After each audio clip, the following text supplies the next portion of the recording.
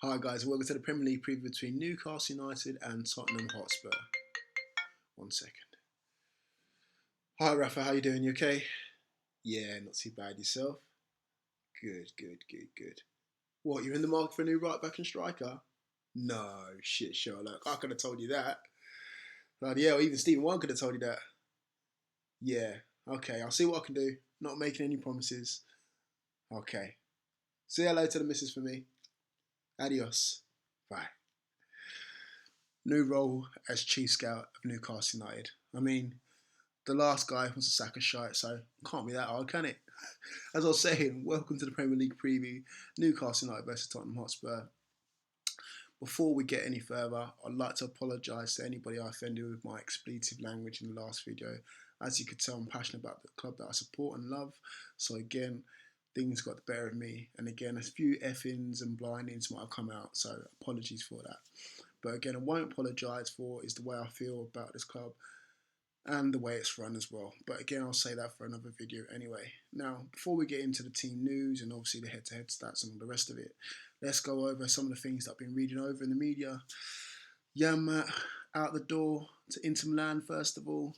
Well, apparently he's on his way to Inter Milan, as I just said. And again, I would have more fancied him to go to FC Your Mum rather than Inter Milan.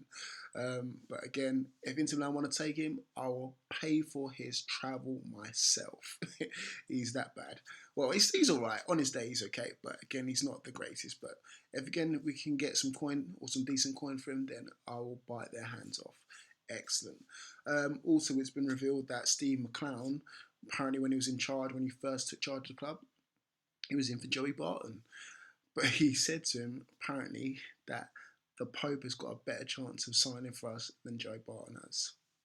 Make of that what you will. Again, would you like to see Joey Barton in the club? Wasn't the best technically, but again, he was a leader alongside Kevin Olin, and that's definitely something that we've lacked this season. Also with that as well, Michael Dawson was apparently linked to the club. Would he get into the team now with Mbemba and Lascelles? I doubt it. But again, at the start of the season when we had the likes of Colaccini and Stephen Taylor walking into the team, I would have definitely had Michael Dawson walk into that team and obviously just get hold of people and then just start knotting some heads together just to try and get something out of these guys. But hindsight's a wonderful thing. Now we are where we are. We're relegating and we've basically taken Borough's place and now playing the likes of Burton Albion as opposed to Arsenal, Everton, and now indeed Tottenham. Anyway, so what we need to do now, obviously the game's pretty much worthless in terms of Newcastle's point of view. We can't really gain anything out of that. We're still going to be 18th or 19th or whatnot. So it's really worthless to us whether we win, lose or draw. Obviously pride's at stake and obviously we want to keep hold of Rafa, so that's the main thing that we're really playing for. So again, we just need to make sure that we get behind Rafa, show our appreciation to the guy, and again make sure that we're as loud as we can and sing that song that we love so much. Too bad about the players that's involved in part of the songs, apart from Chancellor Mbemba, because the rest of them have gone missing this season, including Ayoze Perez. Yes, I'm talking about Ayoze Perez as well. But yeah, again, if someone wants to actually make... Funny thing is as well, before I move on to anything as well, I thought to myself this great marketing opportunity as well, and someone to make some serious coin if they actually wanted to make an actual song out of this and put it on iTunes, they would at least have the support of 52,000 people. Just saying, if anyone's got any bright ideas out there as well. So that's just a thought. But moving on to the head-to-head stats, again, I'm not going to lie to you guys, I'm not going to sugarcoat it. It's looking absolutely atrocious against Tottenham. 2 out of 5 wins out of the last 5 games. And we actually look better away from home at White Hart Lane than we do at home. 1 win out of 5 in the past 5 games that have been played at St James's Park. The last one was, 4 years ago, 2012, when Barr and Ben Arthur scored. So, again, it's not looking the greatest. If it was played away from home, again, the story would be a different thing. Again, we've picked up 3 points on the road against them, away from home. And again, all in all, out the last 5 games, we picked up 3 out of 5 wins. So, again, as I said before, if it's away from home, I wouldn't bat an eyelid. I'd actually put money on us to win. But again, at home, the way we're feeling now, the position that we're in now, I can only see nothing but a Tottenham win, I'm sad to say. But hey, let's get into the team news anyway.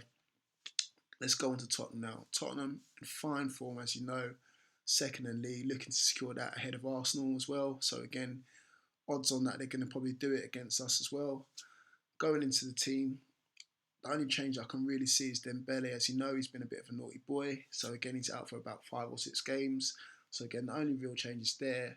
And maybe if they want to kind of rest a couple of players, but I don't see why they would need to. They're not playing a cup final or any other games after this. So again, I can see them going full steam ahead, starting with the teams that they usually start.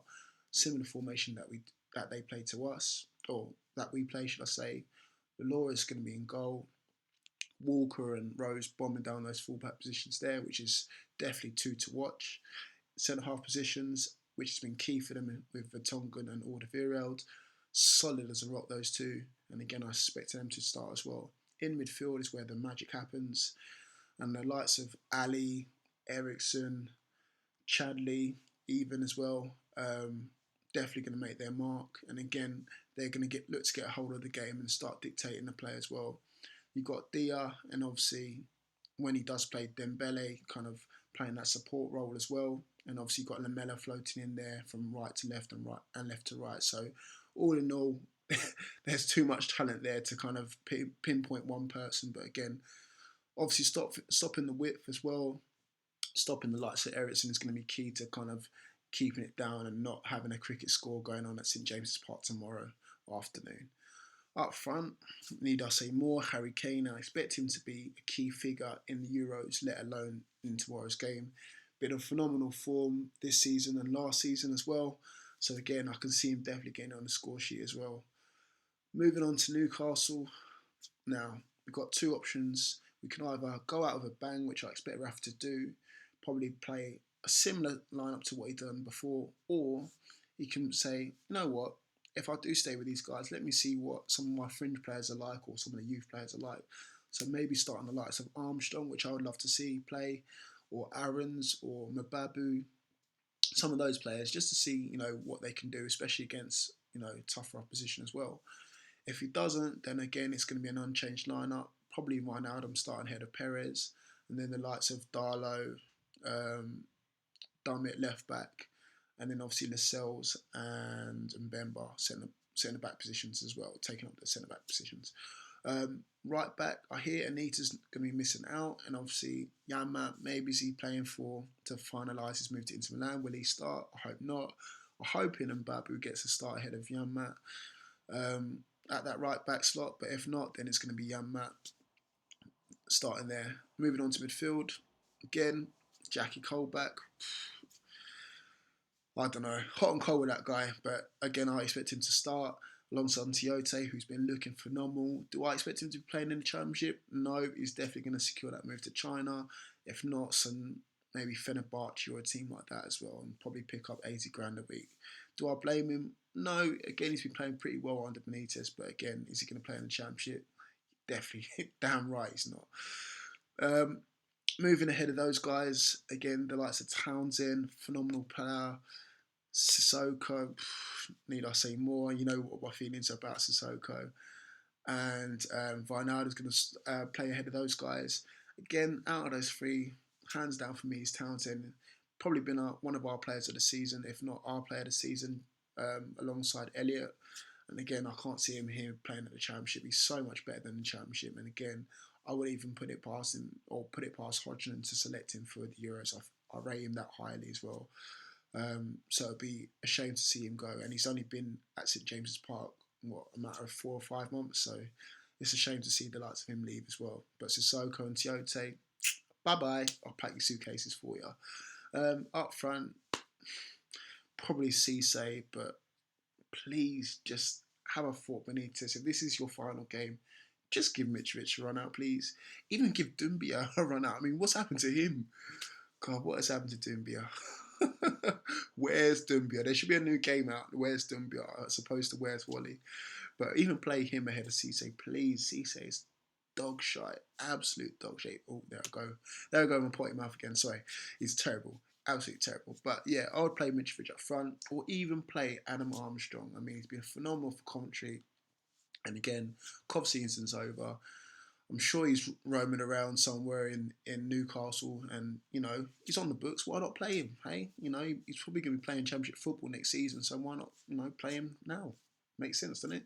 I don't know, but yeah, that's the lineup for Newcastle. As I said before, my head's saying Tottenham again. The form that they've been in, I mean, not that much good form. I mean, I think they've only won 2 out of their last 5.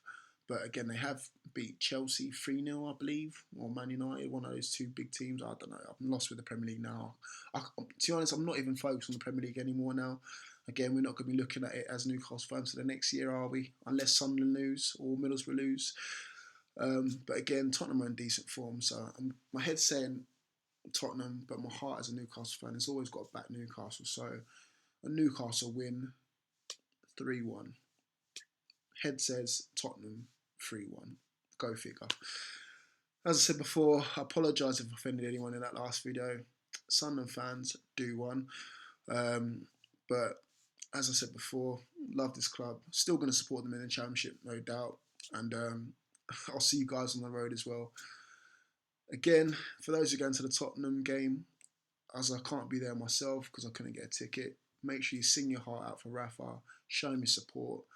And again, get behind this guy. And you never know, once his 2 weeks is up, you never know, he could be saying, I want to stay at Newcastle at least for another season as well. So funny things happen at St James's. You never know what happens at this club. That's why I love it so much. It's so random.